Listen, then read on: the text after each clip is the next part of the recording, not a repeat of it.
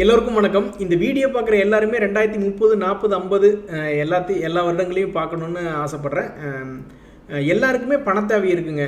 அதனால் எல்லாருமே ஒரு ஃபினான்ஷியல் பிளான் பண்ணியிருப்பீங்க. நீங்கள் எல்லாருமே உங்களுடைய ஒவ்வொரு வருடங்களுக்கும் ஒவ்வொரு டீகேடுக்கும் 2030 உங்களுக்கு என்ன பண தேவை வரும், அந்த பிளானுக்கு நீங்கள் எப்படி செட் பண்ணியிருக்கீங்க அப்படின்றத கீழே வந்து கமெண்ட்டில் பதிவிட்டிங்கன்னா அதை பார்க்குற எல்லாத்துக்குமே உபயோகமாக இருக்கும். இப்போ நம்ம வீடியோக்குள்ளே போகலாம். இந்த வீடியோ வந்து ஃபினான்ஷியல் பிளானிங் அப்படின்னா என்ன அப்படிங்கிறத பற்றி தெரிஞ்சுக்க எல்லோரும் சேர்ந்து தெரிஞ்சுக்க முயற்சி பண்ணுறது தான். பொதுவாக எல்லாத்துக்குமே வந்து இது ஒரு முதல் கட்ட பண தேவைங்க. பார்த்திங்கன்னா நம்ம படிக்கணும், நம்ம வேலைக்கு போகிறக்கு வந்து நம்மளுடைய டொமைன் நாலேஜ் எல்லாம் இன்க்ரீஸ் பண்ணிக்கணும். ஒரு உதாரணத்துக்கு ப்ராஜெக்ட் மேனேஜ்மெண்ட்னா PMP படிச்சுக்கணும். கோடிங் பண்ணோன்னா நம்ம காலேஜில் சொல்லி கொடுத்தது போக வெளியே ஏதாவது கோர்ஸ் போய் படித்து நம்ம டொமைன் நாலேஜ் இன்க்ரீஸ் பண்ணிக்கிட்டோம்னா தான் நல்ல படிப்படியாக நல்லா மேலே வர முடியும். நம்ம மேரேஜுக்கு ரிட்டையர்மெண்ட்டுக்கு எல்லாம் சம்பாரிச்சு வைக்கணும். இது முதல் கட்ட தேவை. ரெண்டாவது இன்றியமையாத தேவை வந்து இதை வந்து இதுக்கு மதிப்பெல்லாம் கொடுக்க முடியாது, இது இன்றியமையாதது, அவ்வளோதான். இந்த ஹெல்த்து, டேர்ம் இன்சூரன்ஸ் இந்த ரெண்டும் வந்து இன்றியமையாது, அது போட்டே ஆகணும். அது முதல் கட்ட ரெண்டாவது கட்ட தேவைன்னுலாம் இல்லை, அதை போட்டே ஆகணும். ரெண்டாவது நம்ம என்ன பண்ணணும்னா நம்மளுடைய குழந்தைகளுக்கு உண்டான நம்ம குழந்தைகளெல்லாம் நம்ம அப்படியே அம்பன் விட்டுறக்கூடாதுங்க. நம்ம அவங்களுடைய படிப்புக்கு, அவங்களுடைய மேரேஜுக்கு அவங்களோட சேர்ந்து நம்ம டைம் ஸ்பெண்ட் பண்ணணும், எங்கேயாவது கூட்டிகிட்டு போகணும், அதெல்லாம் வந்து நம்ம ஒரு தேவையாக வச்சுக்கணும். மூணாவது வந்து நம்ம எல்லாத்துக்குமே வந்து ஒரு வீடு இருக்கணும், ஒரு எங்கேயாவது கொஞ்சம் இடம் இருக்கணும், கொஞ்சம் நகைகள் இருக்கணும். இந்த மாதிரி மொத்தம் 3 தேவை இருக்குதுங்க. இந்த 3 தேவைக்கு வந்து நம்ம கண்டிப்பாக ஏதாவது ஃபினான்ஷியல் பிளான் பண்ணியிருக்கணும். அஃப்கோர்ஸ் ரொம்ப பெரிய பணக்காரங்களாக இருந்தாங்கன்னா கண்டிப்பாக அவங்களுக்கு இது தேவைப்படாது. ஏன்னா அவங்களுக்கு ஏதாவது ஒரு தேவை வருதுன்னா அந்த தேவைக்கு ஏற்ற மாதிரி பணத்தை அவங்க வெளியே எடுத்தாங்கன்னா வேலை முடிஞ்சுது. ஏன்னா பணம் இருக்குது, தேவைன்னு ஒன்று வந்தால் போதும், சரிங்களா? ஆனால் மற்றவர்கள் இப்போ நம்ம நல்லா உழைக்கும் வர்க்கமாக இருக்கோம். இப்போ தான் நம்மளுடைய பரம்பரையில் இதுக்கு முன்னாடி 3 பரம்பரை 4 பரம்பரைக்கு முன்னாடி ஒன்றும் இல்லை. இப்போ தான் நம்ம நல்லா சம்பாதிக்கிறோம் அப்படின்னா நம்ம அதை ரொம்ப செலவழிச்சிடக்கூடாதுங்க இப்போவே எல்லாமே. ஏன் அப்படின்னா 2030, 2040, 2050 இத்தனை தேவை இருக்குது. இந்த தேவை வந்து நம்ம மனக்கண்ணு முன்னாடி ஒவ்வொரு செகண்டு வந்து போயிட்டே இருக்கணும். அப்போ தான் நம்ம வந்து அடுத்த தலைமுறை வந்து நல்ல உயர்ந்த ஒரு இடத்துக்கு கொண்டு போக முடியுங்க. இப்போ முதல் கட்ட தேவைன்னு பார்த்தீங்கன்னு வச்சிங்களேன், ஸ்டடீஸு, சரிங்களா, இந்த மேரேஜ், இந்த அல்லது டொமைன் நாலேஜ், இதுக்குமே சேர்த்து நம்மளுடைய பெற்றோர்கள் நிறைய பேர்த்துக்கு உதவி பண்ணுவாங்க. ஆனால் துரதிருஷ்டவசமாக சிலருக்கு வந்து அவங்களுடைய படிப்புக்கு அவங்களே படிச்சுக்கிற மாதிரி, இல்லது கடன் வாங்கி படிச்சுட்டு மறுபடியும் வேலைக்கு போனதுக்கப்புறம் கட்டிக்கிற மாதிரி, அவங்களே ஒரு பெரிய கோர்ஸ் எல்லாம் படிக்கணுன்னா மறுபடியும் அவங்களே செலவு பண்ணிக்கணும், மறுபடியும் மேரேஜ் பண்ணணுன்னாலும் அவங்களே பணம் போட்டு, அந்த மாதிரி ஒரு 1000 பேர்த்துக்கு யாராவது ஒருத்தர் 2 பேர்த்துக்கு அந்த மாதிரி துரதிருஷ்டமாக வந்துடும். அதனால் அவங்க வந்து அந்த பிளானையும் சேர்த்து அவங்க பார்க்கணும், சரிங்களா? அதனால் அவங்களுக்கு அடுத்த கட்ட 2வது கட்ட பிளானு 3வது கட்ட பிளான்லாம் வந்து இன்னொரு 5 வருடங்களோ என்னங்க பெருசாக ஒன்றும் பிரச்சனை இல்லை, அதில் எது கவலைப்படுறதுக்கு இல்லை. 5 வருடங்களோ 10 வருடங்களோ தள்ளி போகும், அவ்வளோதான், சரிங்களா? ஸோ இப்போ இந்த சுயமாக ஸ்டடீஸ் அதாவது UG வரைக்குமாவது வீட்டில் படிக்க வச்சிடுறாங்க. பட் PG PhD படிக்கிறதுக்கெலாம் பணம் வேணுன்றவங்க லோன் போட்டுக்கலாம். இப்போல்லாம் நல்ல ஸ்டடீஸ் லோன்ஸ்லாம் தர்றாங்க. ஸோ அந்த மாதிரி பிளான் பண்ணிக்கிங்க. வெளியெல்லாம் இல்லைன்னா சொந்தக்காரங்கிட்ட கேட்கலாம், சில உதவிகள்லாம் கேட்கலாம். மனசு வந்து ஹெல்ப் பண்ணுறவங்க கண்டிப்பாக இருக்காங்க இந்த காலத்தில். ஸோ அந்த மாதிரி பண்ணும்போது நம்மளுக்கு வட்டி இல்லாத கடன் அல்லது திருப்பி தர வேண்டியது இல்லாத கடனாக வரும்போது அவங்களுக்கு மற்றவங்களுக்கு கிடைக்கிற அதே சமூகத்தில் கிடைக்கக்கூடிய உதவி உங்களுக்கு கிடைச்சிருது. அப்பா அம்மா பண்ணாமல் சொந்தக்காரங்க, சித்தப்பா, பெரியப்பா, அவங்க வந்து அப்பாவாக இருந்து உங்களுக்கு உதவுற மாதிரி வச்சுக்கிங்களேன். ஸோ அந்த மாதிரி ஸ்டடீஸ்க்கு வந்து பிளான் பண்ண முடியாதவங்க, அதாவது பெற்றோர்கள் ஃப்ரீயாக கிடைக்காதவங்க, இலவச கல்வி கிடைக்காதவங்க, அது மேரேஜே நீங்கள் பண்ணுறதுக்கு வந்து நீங்களே பணம் போட்டு பண்ணுற மாதிரி இருக்கிறவங்களாம் பெரியவங்க மற்றவங்ககிட்டருந்து உதவி பார்க்கலாம்.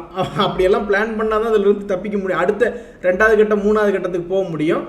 அப்படி இல்லை, வழி இல்லைன்னா என்னங்க இப்போ யாரை போகுது மயிரா போச்சுன்ட்டு நம்மளே லோன் வாங்கி நம்மளே ஸ்டடி என்ன ஒரு 5 வருஷம் 10 வருஷம் தள்ளி போகுது. ஸோ இந்த ஃபினான்ஷியல் பிளானில் உங்களுடைய சொந்த ஸ்டடீஸு, உங்களுடைய சொந்த மேரேஜுக்கு நீங்கள் இப்போ இருந்தே பிளான் பண்ணிக்கணும். இப்போ உங்களுக்கு வயசு ஒரு 22 ஆச்சா, நீங்கள் வேலைக்கு போக ஆரம்பிச்சிட்டிங்கன்னா ஒரு மாதம் 1000, மாதம் ஒரு 5000 அப்படின்னு சேவிங்ஸ் பண்ணிகிட்டே வரணும், சரிங்களா? சேவிங்ஸ் பண்ணி எதில் போடலாம் அப்படின்றத அடுத்த கட்டத்தில் பார்க்கலாம். இன்னொரு 10 நிமிஷத்தில் இன்னொரு 5 நிமிஷத்தில் பார்த்துடலாம். இந்த டொமைன் நாலேஜ் ரொம்ப ரொம்ப முக்கியங்க. நீங்கள் படித்து வேலைக்கு சேர்ந்ததுக்கப்புறம் தான் நீங்கள் மறுபடியும் படிக்கவே ஆரம்பிக்கிறீங்கன்னு நினச்சிங்க. நல்ல கோர்ஸ், நீங்கள் இப்போ ஒரு உதாரணத்துக்கு ஐடிலேயே வேலைக்கு சேரீங்கன்னு வச்சிங்களேன், எத்தனை நாள் தான் கோடிங்கே அடிச்சுட்டு இருப்பீங்க? எத்தனை நாள் தான் உட்காந்து சும்மா ஒரு டீம் லீடாக இருப்பீங்க? நல்லா பெரிய லெவலில் வரணும்னா எப்படியும் ஒரு 10 வருஷம் கழிச்சு பெரிய லெவல் வரத்தான் போகிறீங்க, இல்லைன்னா 15 வருஷம் கழிச்சு வரத்தான் போகிறீங்க. அப்போ போய் நீங்கள் பிஎம்பிவி ப்ராஜெக்ட் மேனேஜ்மெண்ட்லாம் படிச்சுட்டு இருக்க முடியுமா? டக்குன்னு அப்போவே ஆரம்பிச்சிடணும். அது ஏதோ 3 வருஷத்துக்கு என்னமோ தான் வேலிட் அந்த மாதிரிலாம் இருக்குது. அதனால் டொமைன் நாலேஜ் இன்க்ரீஸ் பண்ணுறதுக்கு நீங்கள் பணம் தாராளமாக செலவு பண்ணலாம். ஸோ அந்த ஃபினான்ஷியல் பிளான் வந்து நீங்கள் அந்த பண தேவைக்கு வந்து நீங்கள் இப்போவே பிளான் பண்ணிக்கணும். உங்களுக்கு வர்றது இன்கம் ஒரு சைடு இருந்தால் இன்கம் வரும், அதை வச்சு நீங்கள் இதை மாதிரி யூஸ்ஃபுல்லாக ஸ்பெண்ட் பண்ணணும். சரிங்களா? ஸோ மேரேஜ் ரிட்டையர்மெண்ட்டுக்கு எப்படி பிளான் பண்ணுறதுங்கிறதையும் பார்ப்போம். சரிங்களா?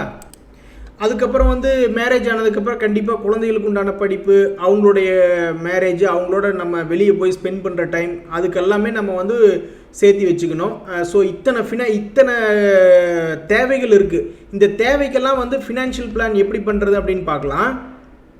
இந்த 3வது வந்து ஹவுஸ் வீடு வாங்குறது, லேண்டு வாங்குறது, கோல்டு வாங்குறது, இதெல்லாம் வந்து கடைசி பட்சம் தாங்க.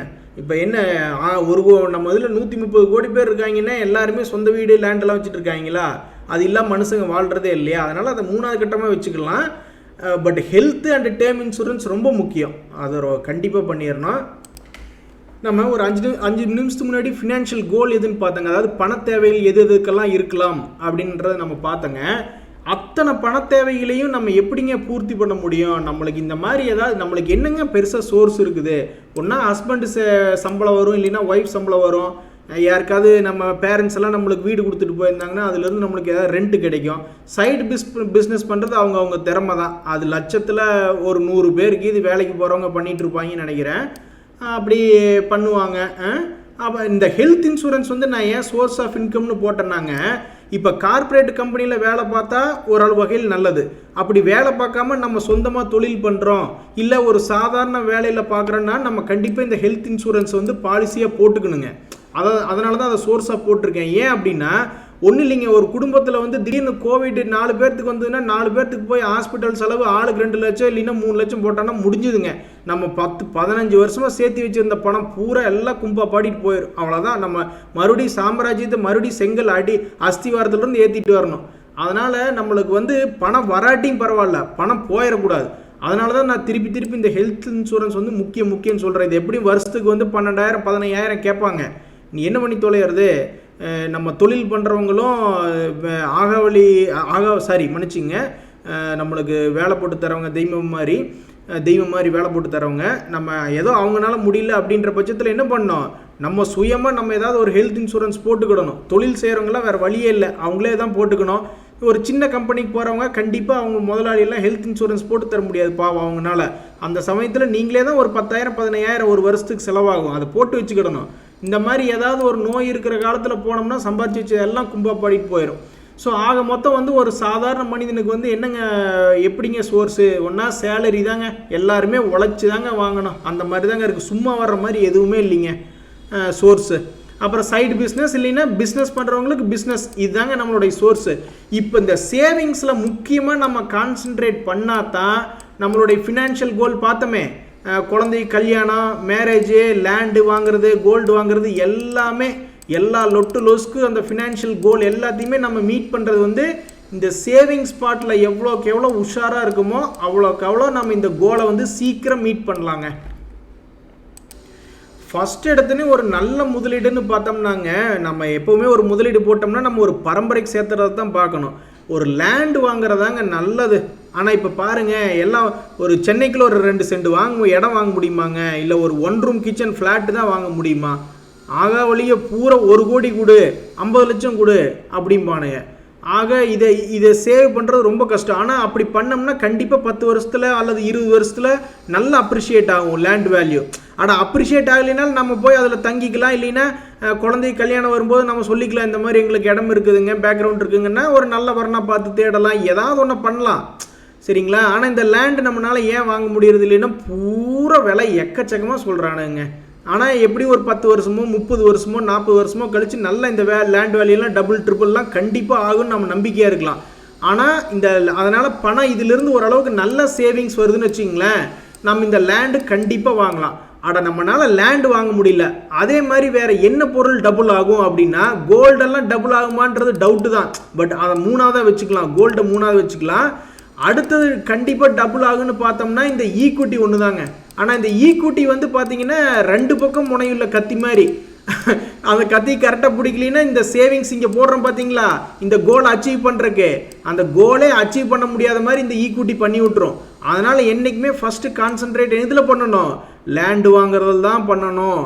லேண்டு வாங்குறதுக்கு எங்களுக்கு வழி இல்லைங்க, எனக்கு மாதம் மிச்சமாகுது 2000 ரூபா தாங்க மிச்சமாகுது, மாதம் என்னால் சேவிங்ஸே 1000 ரூபா தாங்க பண்ண முடியுதுன்னா எவனாவது நம்மளுக்கு லேண்டு கொடுப்பானா? ஏங்க எந்த லேண்டு ப்ரொமோட்டராவது அப்படி இருக்கானா? அப்படி இருந்தால் தயவு செஞ்சு வாங்கிக்கலாம். நீங்கள் மாதம் எனக்கு 1000 ரூபா கொடுங்க, ஆனால் லேண்டை நான் இப்போவே உங்கள் பேரில் பதிவு பண்ணி கொடுத்துட்றேன் அப்படின்னா நம்ம தாராளமாக போய் 2 சென்ட் 3 சென்ட் வாங்கிக்கலாம். ஆனால் அந்த மாதிரி இல்லை, அது நிலத்தை வாங்குறதாங்க சொத்து, நிலம்தான் நமது சொத்து அப்படிங்கிற மாதிரி தான். ஸோ அதுதான் 20 வருஷத்தில் 30 வருஷத்தில் நம்ம கேரண்டியாக சொல்ல முடியும் டபுள் ஆகுன்னு. ஈக்குட்டியெல்லாம் அப்படி நம்ப முடியாது. ஈக்குட்டி வந்து லேண்டுக்கு ஈக்குவல், லேண்டை விட ஜாஸ்தி. ஆனால் அதில் என்ன பிரச்சனைனா உபயோகம் இல்லாத லாபம் இல்லாத ஸ்டாக்கை வாங்கினீங்கன்னா பூரா உங்கள் ஃபினான்ஷியல் கோலே அச்சீவ் பண்ண முடியாது, கும்பா பாடிட்டு போயிடும். ஸோ அதனால் 1000-2000 ரூபா வந்து தான் உங்களால் சேமிக்க முடியுதுன்னா வேறு வழியே இல்லை, நீங்கள் ஈக்குவிட்டி ஃபண்டில் போடலாம். இல்லை யாராவது லேண்டு ப்ரொமோட்டர் வந்து இந்த மாதிரி நான் 1000-2000 ரூபா தரேன், எனக்கு ஒரு 5 சென்ட் 10 சென்ட் எங்கேயாவது பக்கத்தில் கொஞ்சம் ஒரு 10 கிலோமீட்டர் தள்ளி கொடுப்பா அப்படின்னா அந்த லேண்டு வாங்கிக்கிடலாம். அப்படி லேண்டு வாங்க முடியலன்னா நம்ம அப்படி யாருமே ப்ரொமோட்டர் கொடுக்கல, நீ 1000 ரூபா கொடுப்போம் உனக்கு எப்படி நான் அந்த லேண்டை தர்றது அப்படின்னா நம்ம ஈக்குவிட்டி போய்க்கலாம். ஈக்குவிட்டியில் மியூச்சுவல் ஃபண்டு போடுறது தான் நல்லது. நம்மளே ட்ரேட் பண்ணுறோன்ட்டு போகிறதெல்லாம் வந்து உதவாது. அது மியூச்சுவல் ஃபண்டில் போட்டு நம்ம 1000-2000 ரூபா எஸ்ஐபி மெத்தடில் போட்டு நம்ம கொண்டு வந்துடலாம். மூணாவதாக எல்லா குடும்பத்துக்கும் கோல்டு தேவைதாங்க. கோல்டு இல்லாமல் என்னங்க பண்ண முடியும்? ஒரு குழந்தைக்கு கல்யாணம் வைக்கிறதுனால கோல்டு வேணும், அவசரத்துக்கு வச்சு பணமாக்குறதுனால கோல்டு வச்சுக்கலாம். ஸோ இந்த 3மே வாங்கலாம். 4வது வந்து இல்லை நம்ம வந்து கொஞ்சம் பேலன்ஸ்டாக பண்ணணும், அதாவது நஷ்டம் வரக்கூடாது லாபம் வரக்கூடாதுன்னா இந்த ஹைப்ரிட்னு இருக்குது. இந்த ஈக்குவிட்டி இருக்குது பார்த்தீங்களா, அந்த இந்த 4வது டெப்ட்னு ஒன்று வச்சுக்கலாம். டெப்ட்டுங்கிறது இப்போ ஃபிக்ஸட் டெபாசிட்டில் நம்ம போட்டால் கூட பேங்க்குக்காரன் வந்து நம்மளுக்கு கடனாளி தான், நம்ம பேங்க்குக்கே கடன் கொடுத்த மாதிரி தான். ஸோ அது பாண்டு வாங்குறது, இந்த கவர்மெண்ட் விடுற அந்த பாண்டு வாங்குறது, இது எல்லாமே டெப்ட்டு தான். ஆனால் இந்த டெப்ட்டில் போட்டு நம்ம இந்த கோலை அச்சீவ் பண்ணவே முடியாதுங்க.